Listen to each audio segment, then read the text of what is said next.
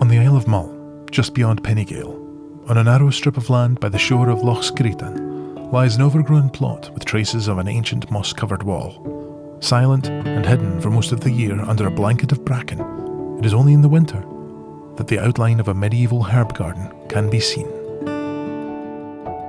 It was this inauspicious space and the almost indecipherable initials on a nearby ancient cross which started author Christine Leach on a journey of discovery. Nearly 500 years ago, this medicinal garden was so famous that visitors came by sea to visit the practitioners who established it and used it regularly. This mystery invited Christine and her fellow authors, Andrea Cameron, Elizabeth, Carter and Miek Zwamborn, to investigate the history of the Beaton physicians who lived and worked here, members of the dynastic Beaton clan, whose practice started in the 12th century. Although the garden is long gone, other traces of the Beatons' close relationship with the island of Mull remain. The manuscripts they painstakingly wrote and treasured so carefully, stories about their treatments which were so memorable that they were handed down from generation to generation, their medical procedures which prefigured modern practice, and their herbal remedies, many of which are still in use today.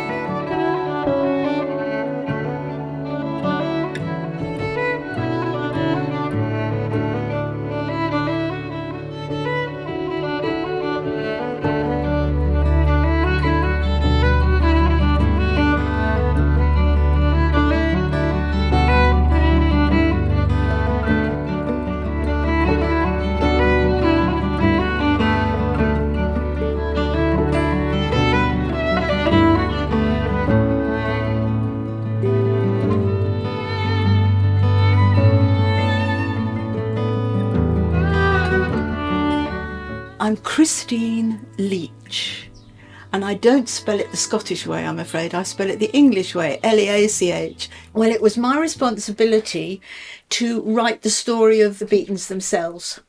I didn't feel I was actually properly equipped to do the background history of Scotland, which I felt was necessary, well, we all felt was necessary in the book. So Andrea took that on. I'm Andrea Cameron and I'm an archivist, and I first met Christine in 2016. She had some documents that were related to Northumberland, so I came up to collect the documents and met her, and we just hit it off from that point onwards, and we did a few little history things relating to Kintra and Pennygale and finished those, and then we were wondering what can we do together that's related to local history. And Christine said, oh, you know, there's the Beatons from down the road and there's a cross, and they were medical men, and I hadn't heard of them at that point, and it sounded really exciting. And then the more we talked about it, the more I realised they were related to the Lords of the Isles, which is part of Scottish history I really love, and that kind of got me hooked. And then the two of us started working initially on an exhibition to do in Pennygale Hall.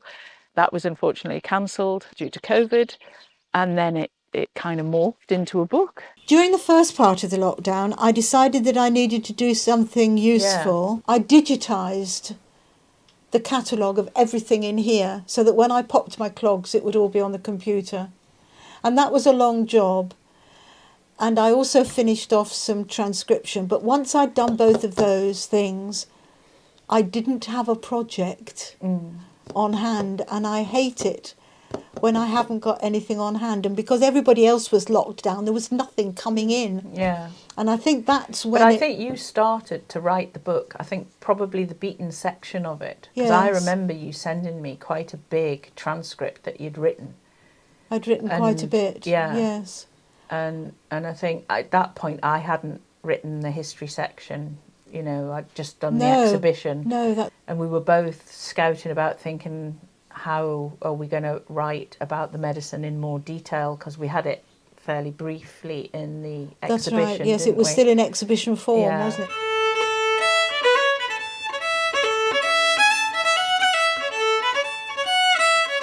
My name is Miek Zwamborn and I'm a writer and an artist. I came in in the middle of the whole process when Christine and Andrea were thinking about making an exhibition of the project. Because of that, I was asked, and then also because of my interest in seaweed, which probably is also been used by the Beaton doctors for their treatments. So then I wrote just a little piece about seaweed as a medicine, and I did a few illustrations of the legends that are still left, very funny wee stories. My name's Elizabeth Carter. I'm a gardener at Birlinn Castle. This is my 8th year gardening up there, and my other hat is as a therapist. So the combination of the two is just wonderful, because I'm passionate about both, and to be able to balance that really intense one-to-one contact with somebody who's in distress, and then have hands in the soil on my own, up on the hillside, it's a perfect combination for rebooting myself and regrounding myself.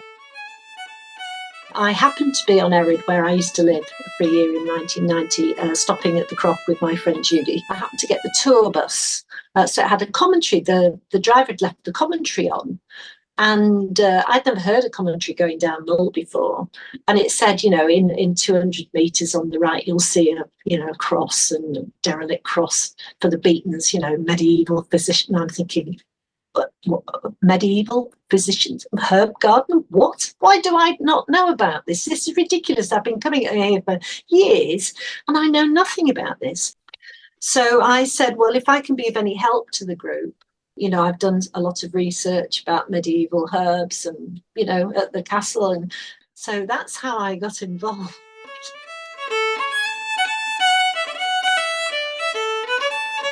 So who are the Beatons? Well, that's a really good question. The Beatons were a dynasty of medical men. Before I got involved with it, I'd heard of them. In fact, weirdly, I'd heard a mention of the Beaton on Outlander.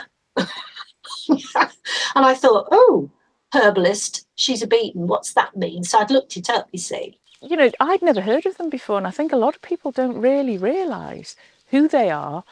And, they were quite prominent in their time. They served the Lords of the Isles. They became part of the Scottish Royal Court.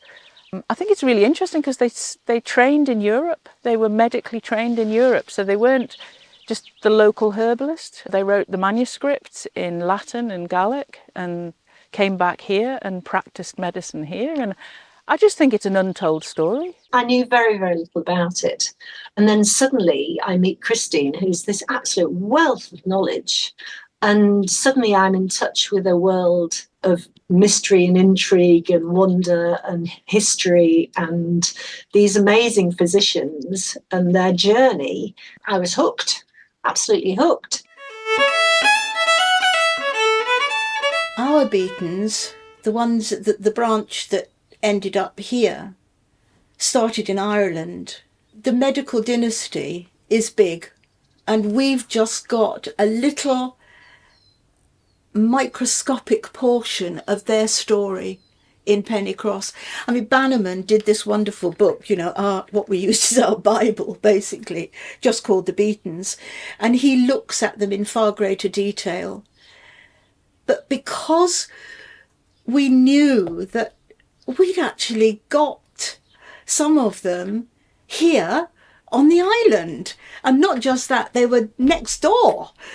There's the cross and the garden. And the port, now Birlinn as well, which is another clue to their existence. Oh, the rumour about the garden at Score. There's the garden at the Vague. There's the link with Duet Castle, because of the MacLeans and the fact that the Beatons would have been there with the MacLeans. Yes. The Beaton Oak. Yes, of course. Yes, the oak tree. Seeing the remains of the garden now and just reimagining what that must have been like in its heyday is my imagination goes wild.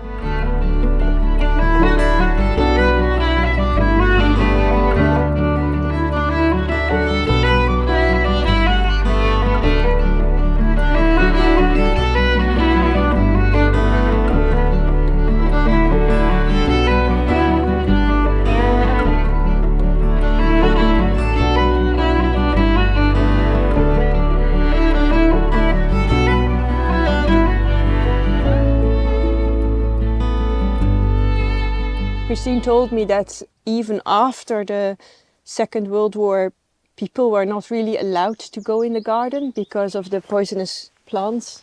I'm quite surprised how big these stones are. I suppose it shows how important they were. To think manhandling them in those days. Well, they would have had tripods or other ways of maybe slippery seaweed to roll them uphill. Yeah. I suppose... Because there's evidence that they did that also with standing stones, rolling them over a lane of seaweed. Also, I suppose if you were quarrying them locally, it's easier to quarry the big bits, isn't it? You've either got lots of work in the quarry to make small bits that are easier to carry, or you've got easier work in the quarry and then these big bits to carry, haven't you? It's amazing to think how many things have lived in and around this tree. I think in an oak, more than 700 species can live on the bark. Yeah.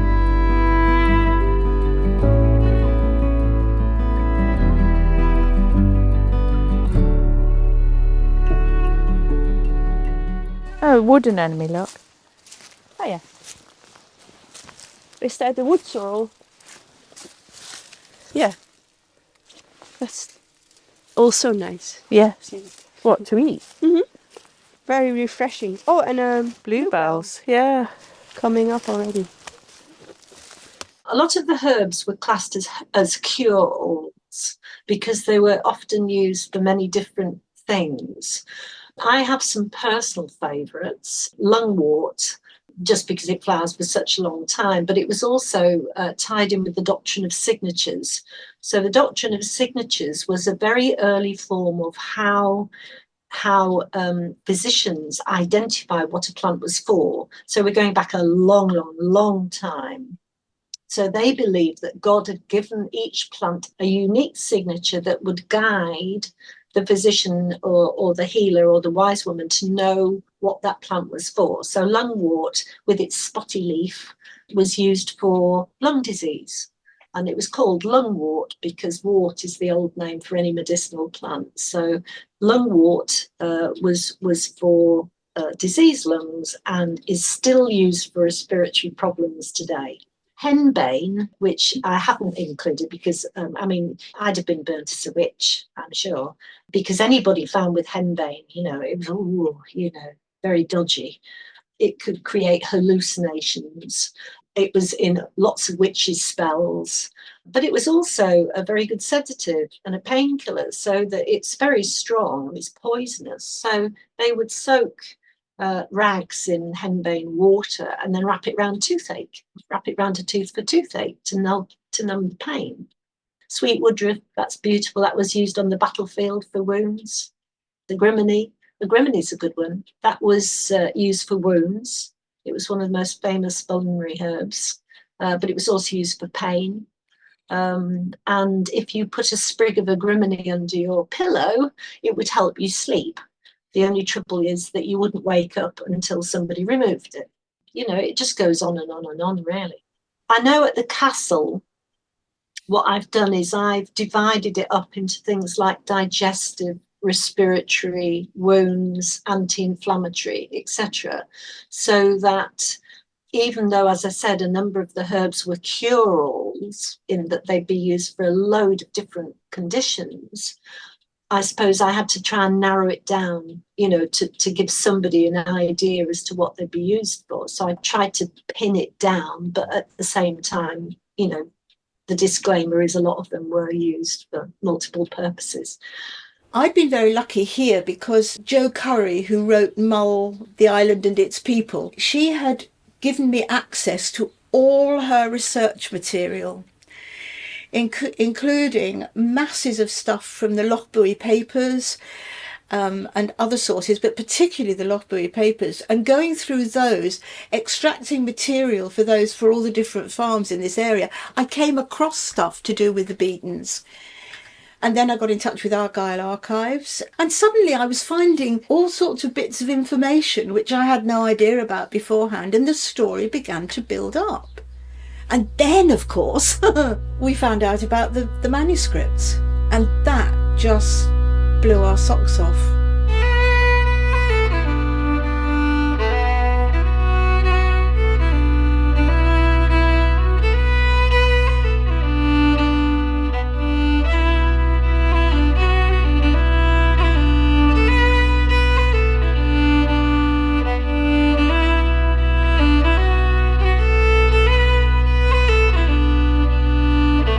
This is part of the genealogy of the family of the Beatons. It's quite difficult to follow, actually. I wish they'd have done it the right way up. Our family is this one. They go from the latest person up to the earliest. There's the Fergus, son of Donald, son of Malcolm, which is that bit, Malacolm or something, son of Gillanders or Andrew, and then son of Domhnall there, and then son of Fergus. So we had a Fergus at Pennycross as well as they did at Dervick. And this comes out of here, doesn't it? Yes, that's right. Yeah, so this is the Lang manuscript. Yep. And this is the only one that's in Edinburgh University. All the rest are in what used to be the Advocates' Library. But I mean, that binding, it's so beautiful, isn't it?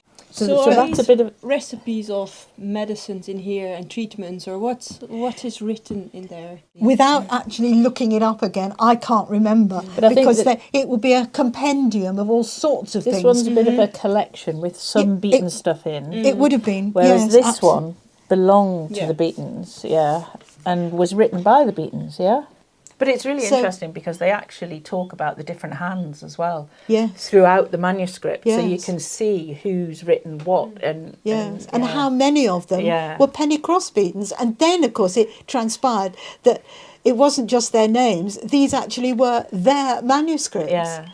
It might well have been written out by them. Yes. Yeah. Yes. In Gaelic and Latin. Yes. And this is the one that they attached to the belt and walked was around with. Them, Yeah, I love the fact that they say it was remarkably small and chubby was how it was described. Yes, and it had in with it something which they could use for divine office, so that the physician was taking the part of being a religious doctor as well. And so he'd have a bit of Psalm 118 together with his medical notes. The reason I like this one is because it's meant to be in English. Well, I mean, it is in English, but it's an English that I can't read, except that every now and again you come across something, and it's usually... plant names, isn't it? Plant names, yes. Yeah. So wormwood. Mugwort. Chamomile. Yeah. Pennyroyal. Pennyroyal, yeah.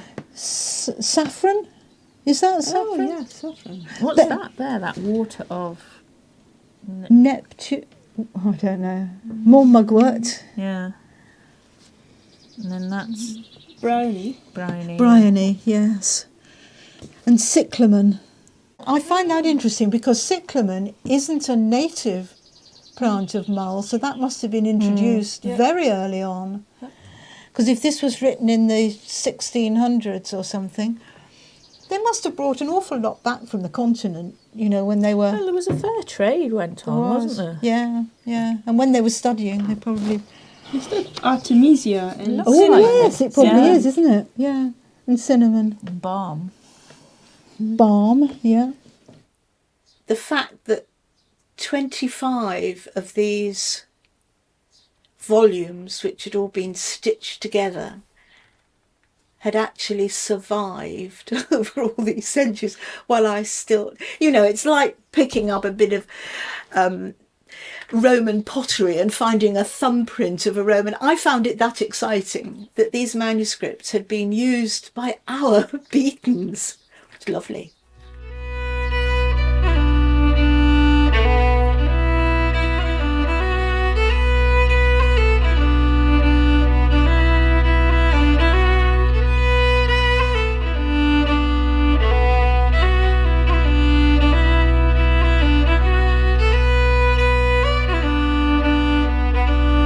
So this is called Port na Birlinn, harbour of the Birlinn boats. Trying to imagine the Beatons sailing into Loch Screeden and seeing the Beaton cross there at the hill as an important landmark to aim for, and then landing here and walking along the path. The path is also still quite more visible than you would expect. So where's the cross from here? The cross is Over there? Because I bet, you know, when these trees were young, you could easily see it from here. Yeah. And if you think when they weren't there, you could see any ships approaching along here. Yeah, but I think also all the hazel and that is now like the cross is now surrounded by that mustn't have been there. I think that it was Archibald, the fourth MacLean, who actually put the plinth up. It must have been during the 1990s that I became aware of the cross. And at that time, Ian Moody was manager of the Pennygale estate. And so because the cross is actually on the estate, he sort of had an overall responsibility to look after it. But it was never anything that was written down. It was always something that was just understood. And if he hadn't done it, no one would have known and no one would have bothered either. So he started the ball rolling, really. And Lynn Harris, who was working for the estate too at the same time, I mean, she took an interest in it as well. There were other volunteers from the area as well. Bob Hasty, he did the walkway eventually. I don't know who it was, but someone began to notice that the access was just plain difficult. It was boggy, it was all overgrown. No one knew it was there, so no one cleared a proper track to it. And then the cross itself, they noticed that it was just beginning to lean slightly. So we went down and had a look. And sure enough, I mean, it wasn't just that there were baby sycamores growing out everywhere.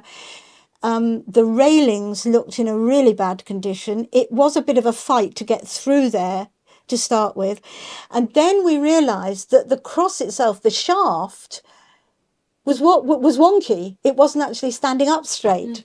We followed the example of the Ross of Mull Historical Centre and what they did for Kilvacuan burial ground. So we went to a doctor monument. I got Dr. Bob, as we call him, Bob Allen, to actually be in charge of the process. And we went through a doctor monument and they were brilliant. They took on all the difficult bits, like raising the money and who to go to get all the details. It was a long business. It took nearly 2 years, but eventually, just before COVID, it all came through and we'd got the area towards the cross sorted out so that we had a boardwalk going up to it, and we got an interpretation board so that the public knew what they were coming to and knew what the cross was and all the rest of it. Oh, and then we got the A-frame put up. Richard Hallam from Greben keeps it clear during the year, and he makes sure as well that the railings are in good order.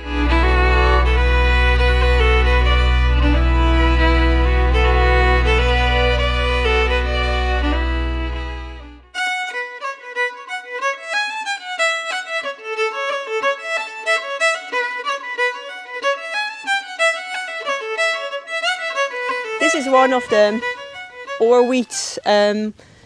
So they would burn this and use the ashes to treat injuries or inflammations by rubbing it into open wounds.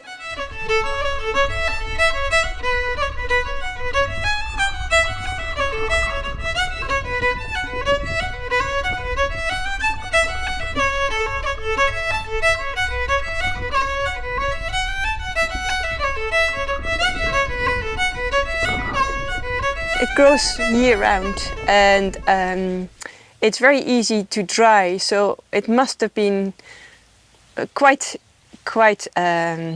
easy to take it en route, or also to dry it for later, or to collect it immediately when it was needed. And there's so many good qualities in it. There's so much nutrition and ways you can use the different seaweed. Like, for example, the sea lettuce helps against headache. You would just put it on your front head, and then it takes away pain. It makes you it brings you asleep. There's some recent research that it maybe also could help against dementia. And there's so many different seaweeds for a specific treatment. So, for example, the dulse would have helped women at delivery, so they would rub their bellies with fresh dulse, and I think the fresher the better.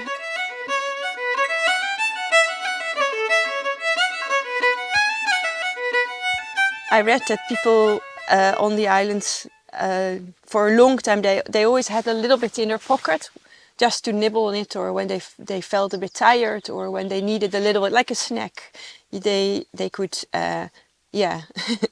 use that. This is very nice one to wrap a fish in it and to put it with a coat of seaweed in the oven for 50 minutes, and then you get a delicious steamed fish. And it's a bit the salt from the seaweed comes in, and then the seaweed gets crispy as well, so you can eat it next to the fish. Some of this pink paint and coral weed, which would help against worms, and I think it was also a treatment against diarrhea. Oh, and broken legs.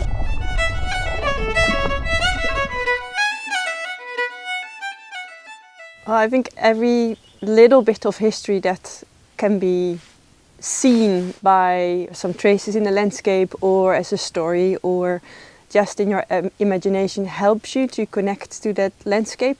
Every time I drive here through the glen, and then you come through Pennygale and Pennygross, I almost like meet these doctors, because when you know a little bit of the history, it activates a little bit of the landscape, and in a way like links you to the history.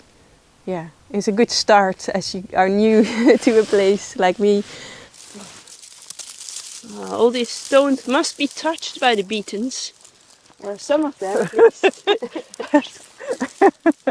The fact that the Beatons were traditionally trained at that time, so they'd been to those universities, they knew the history of medicine, they knew all that background, and yet, so there'd be the trepanning and all the gruesome stuff, but alongside that was this absolute basic understanding of plants and their place in medicine, which of course they were combining with other things. I mean, they have to be at the absolute forefront of Scottish medicine.